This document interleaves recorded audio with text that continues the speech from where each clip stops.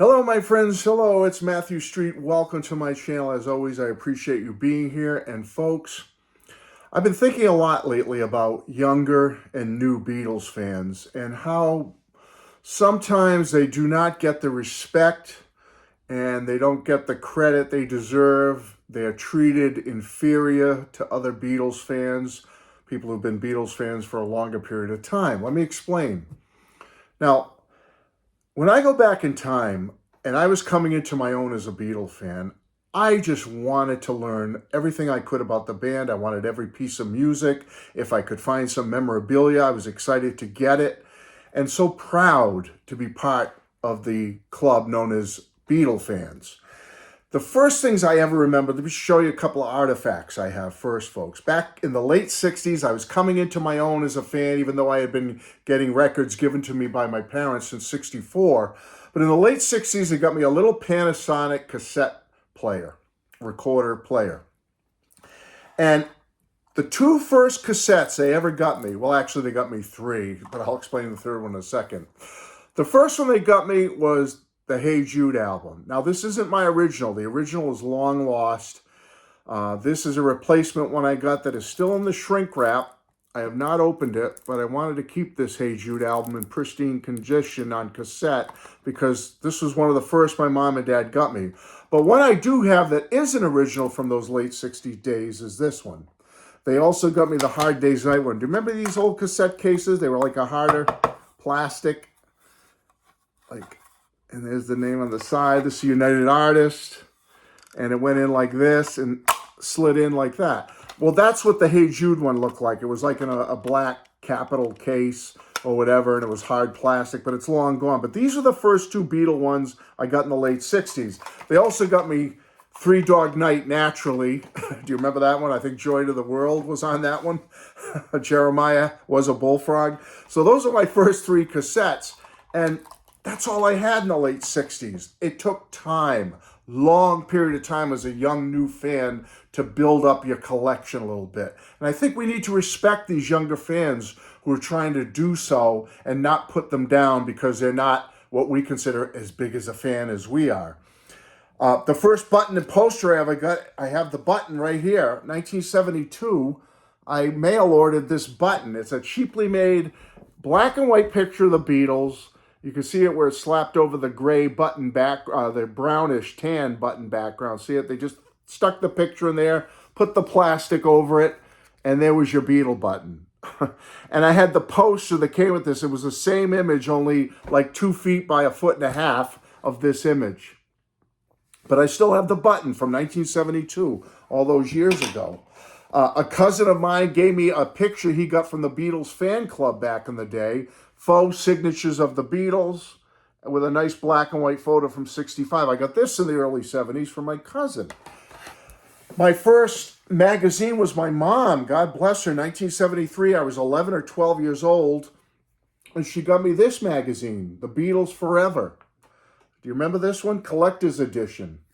There's some advertisements on the back. It's just a cool little, Beatles magazine from the early 70s. Mom got this for me at the local pharmacy, and I added this to my collection.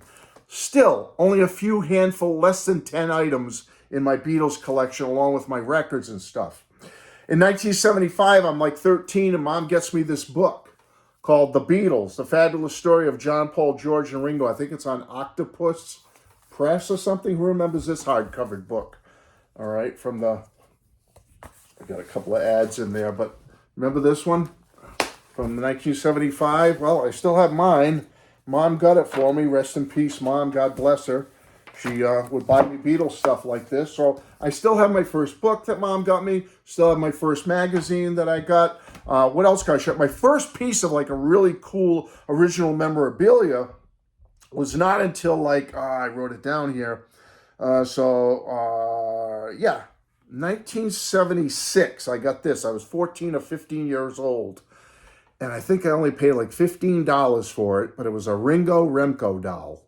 That was the first, and it took me like 25 or 30 years to get the other three eventually. I got, I think, Paul next, and then John and George was last. but it took years to get them all to have a collection of these Remco dolls. But Ringo was the first, and I forget how I got them, if mom and dad helped me or if I found them at a flea market or something, but it was 1976. I do remember getting Ringo.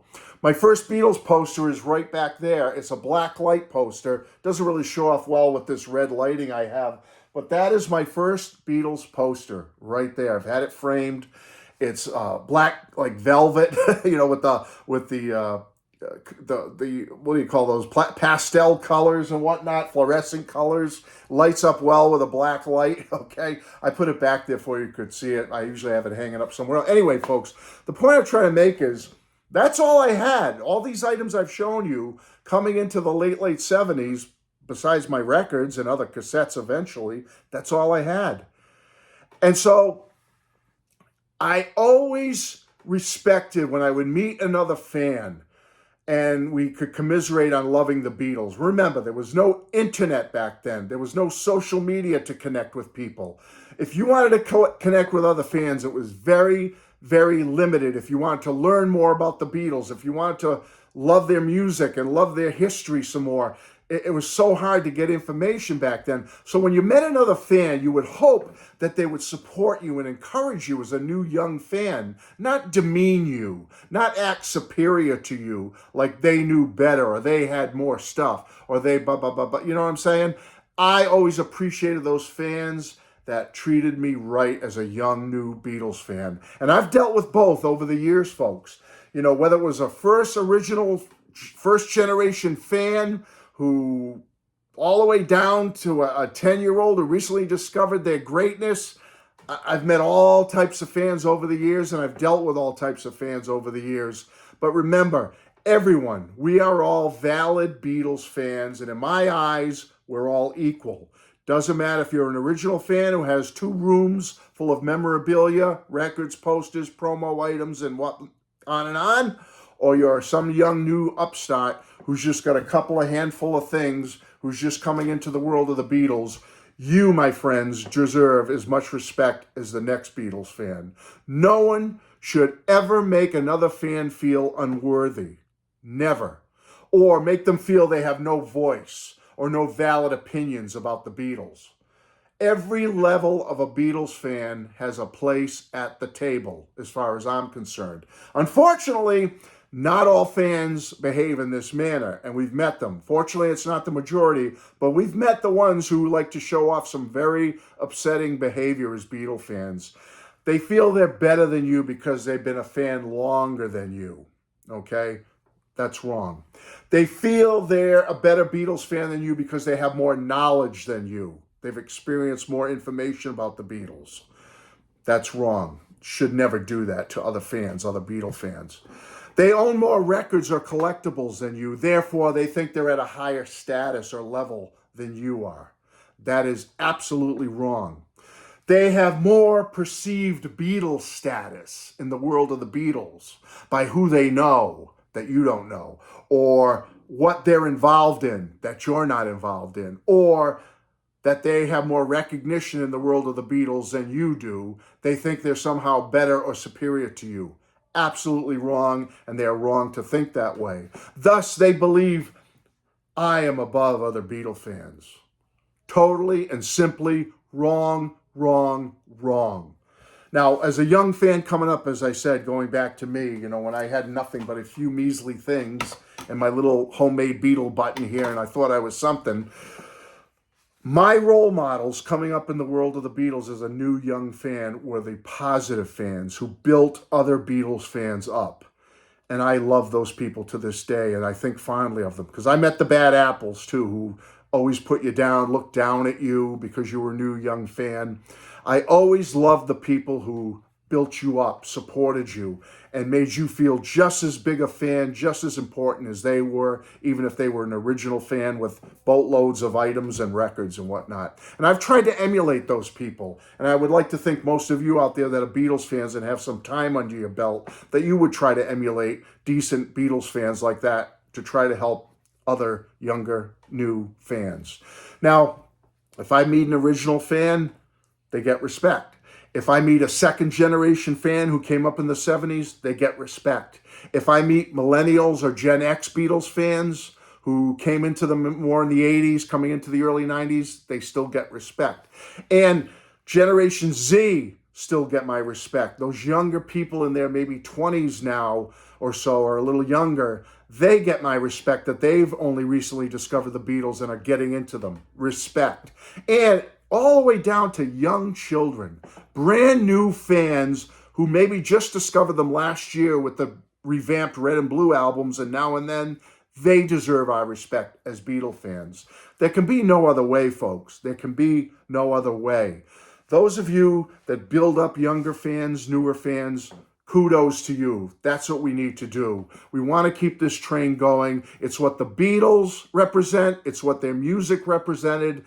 Build up the new and younger fans. And to you, younger and new fans out there, keep doing what you're doing. Keep listening to the music. Keep buying the records. Keep talking to older Beatles fans, more experienced Beatle fans. Weed out the bad ones who think they're better than you and look down at you. Get them out of your life.